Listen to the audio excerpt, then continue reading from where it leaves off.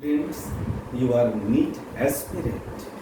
The topic of the day is important simple epithelia. The name of that epithelia is columnar epithelia. इस epithelia में जो बात मैं बताने जा रहा हूँ ये बहुत ही important है for your medical entrance examination. इस epithelia का लोकेशन कहाँ है, इस epithelia के स्पेसिफिकेशंस क्या है, इनके साथ सीलिया है, इनके साथ सीलिया नहीं है, इनके साथ ब्रश बॉर्डर है नहीं है, कहाँ कहाँ ये उपस्थित हैं, इनके काम क्या हैं, ये खास तौर पर एग्जाम में पूछेगा। तो बी अटेंटिव फॉर दैट कि कहीं कोई गलत ना हो जाए, इसके लिए आप ध्यान से मेरी बात को सुनिए। Please listen to me carefully. Now I am going to that topic. Columnar epithelia composed of group of elongated cells. कई सेल्स इलोंगेटेड होते हैं, इसमें अटैच्ड होते हैं बाय टाइट जंक्शन, खास तौर पर पाए जाते हैं टाइट जंक्शन। इनमें जो न्यूक्लियस होता है वो इलोंगेटेड ओवल होता है towards the base of the cell, और पूरा जो सेल है वो रेस्ट करता है एक इंपॉर्टेंट मेम्ब्रेन पर, that is basement membrane. BM stands for basement membrane. ये particular basement membrane, as you know it very well, it is non-cellular membrane. ये टोटल सेल इस पर रेस्ट कर रहा है, इस पूरे स्ट्रक्चर को हम लोग कहते हैं ये सिंपल कॉलमनर एपिथेलियम। इस एपिथेलियम के साथ गॉबलेट सेल्स भी एसोसिएट होते हैं, और ये गॉबलेट सेल्स म्यूकस सिक्रीट करते हैं जो म्यूसिन से बना होता है। It is a type of glycoprotein. अब मैं बात करने जा रहा हूँ ये कितने प्रकार के होते हैं, इनका लोकेशन कहाँ है, इनके फंक्शन कैसे हैं। तो ये दो प्रकार के होते हैं, सिलिएटेड और नॉन सिलिएटेड। सिलिएटेड मीन्स ये सिंपल कॉलमनर एपिथेलिया, अगर सीलिया इसमें प्रेजेंट है तो ये सिलिएटेड कहलाता है। तो सिलिएटेड कॉलमनर एपिथेलिया कहाँ कहाँ पाया जाता है, ये सबसे इंपॉर्टेंट पॉइंट होता है जो आपको अलर्ट करता है कि आप जरा ध्यान दें ये पाया कहाँ जाता है। Respiratory tract except terminal bronchiole alveoli, इनको छोड़ के पाया जाता है रेस्पिरेटरी ट्रैक्ट। इनका जो सीलिया है ये मूव करता है अपवर्ड डायरेक्शन में, जिससे ये म्यूकस को अंदर से बाहर निकालता है।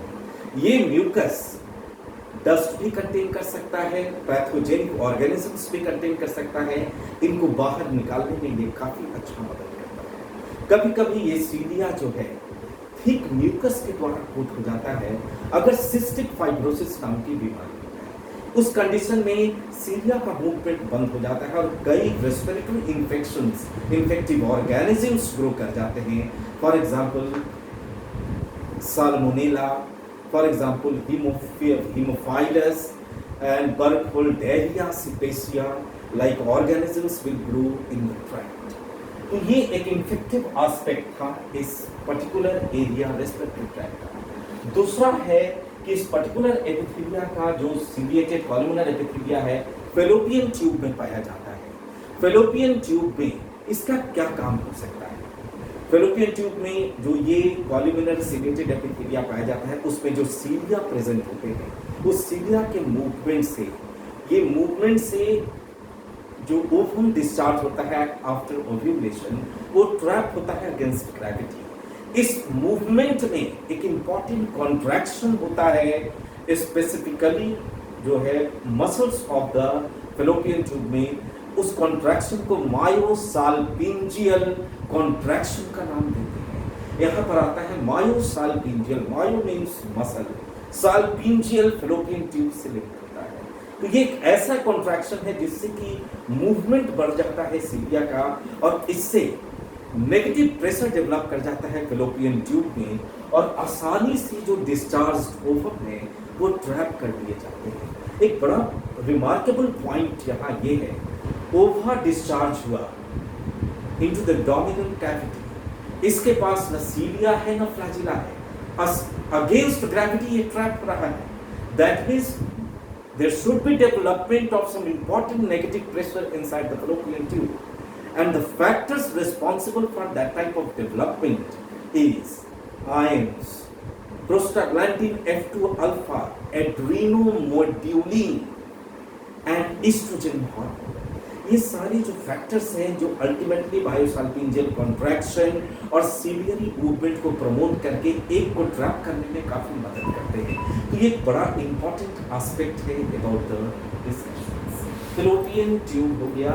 नेक्स्ट इसका एग्जिस्टेंस है ventricle of the brain, central canal of the spinal cord. इसके अंदर जो पाया जाता है एपिथेलिया, ये स्पेसिफिकली सिलिएटेड कॉलमनर एपिथेलिया, ये सेरिब्रोस्पाइनल फ्लूइड के मूवमेंट के लिए रिस्पॉन्सिबल होता है। ये फ्लूइड बनता है एंटीरियर कोर्वाइड प्लेक्सस और पोस्टीरियर कोर्वाइड प्लेक्सस नाम के स्ट्रक्चर से, जो पार्ट ऑफ द ब्रेन।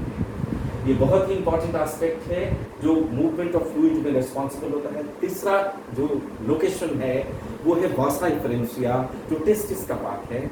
इसके अंदर जो सिलिएटेड कॉलमनर एपिथेलिया पाए जाते हैं। ध्यान दें, प्लीज लिसन टू मी, कि ये जो वासा इफरेंशिया है, इसके अंदर जो सिलिएटेड कॉलमनर एपिथेलियम पाए जा रहे हैं, ये एक्चुअली स्पर्म को मूव करवाता है from testis into एपिडाइडिमिस।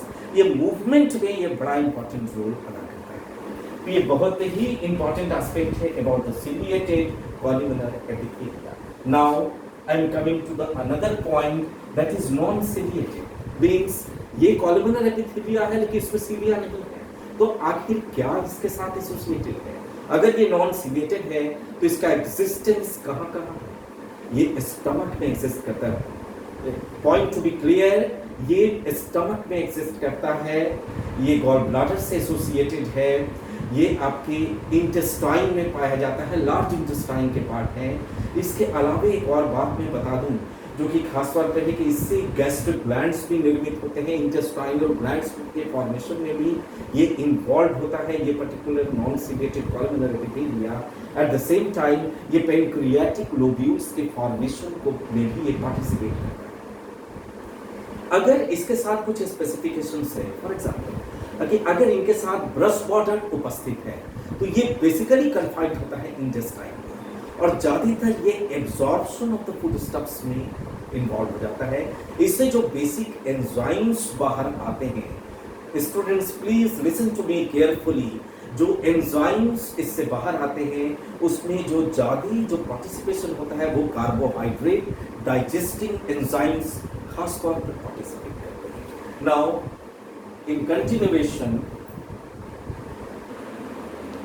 Brush bordered columnar epithelia, जैसा कि यहाँ मेंशन किया गया है, ये बता चुके हैं कि इनका एग्जिस्टेंस इंटेस्टाइन से संबंधित है और ये गॉल ब्लैडर से भी एसोसिएटेड है। ये सारी बात चर्चा हो चुकी है। इसके स्ट्रक्चर पर जरा ध्यान दें, ये बहुत ही पॉइंट बहुत इंपॉर्टेंट है। ये इंटेस्टाइन का पार्ट है, ये विलाई है, ये विलाई, ये स्ट्रक्चर जो है विलाई है। इस विलाई का जो कवर है, इस कवर में ही ब्रश बॉर्डर कॉलमनर एपिथेलिया पाया जाता है। इसमें जो माइक्रो विलाई है यही ब्रश बॉर्डर को कॉन्स्टिट्यूट करते हैं। ये बहुत ही इंपॉर्टेंट है। एक पर्टिकुलर सेल पर 3000 माइक्रो विलाई पाए जाते हैं और ये बेसिकली जो एंजाइम सिक्रेट करता है वो कार्बोहाइड्रेट डाइजेस्टिंग एंजाइम्स ज़्यादातर ये निकालता है और कार्बोहाइड्रेट के डाइजेशन में ये विशेष रूप से इन्वॉल्व होता है। और इसके बेस में ये जो विलाई है, इनके बेस में एक इम्पॉर्टेंट स्ट्रक्चर पाया जाता है।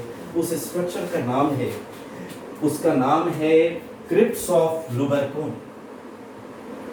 That's a very important point, that is the crypts.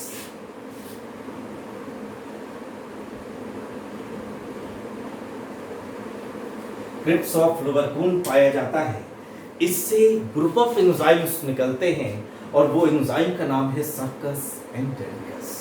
ये बहुत ही इंपॉर्टेंट है, डाइजेशन प्रोसेस में इसकी भागीदारी होती है। Now this is the end of the topic today.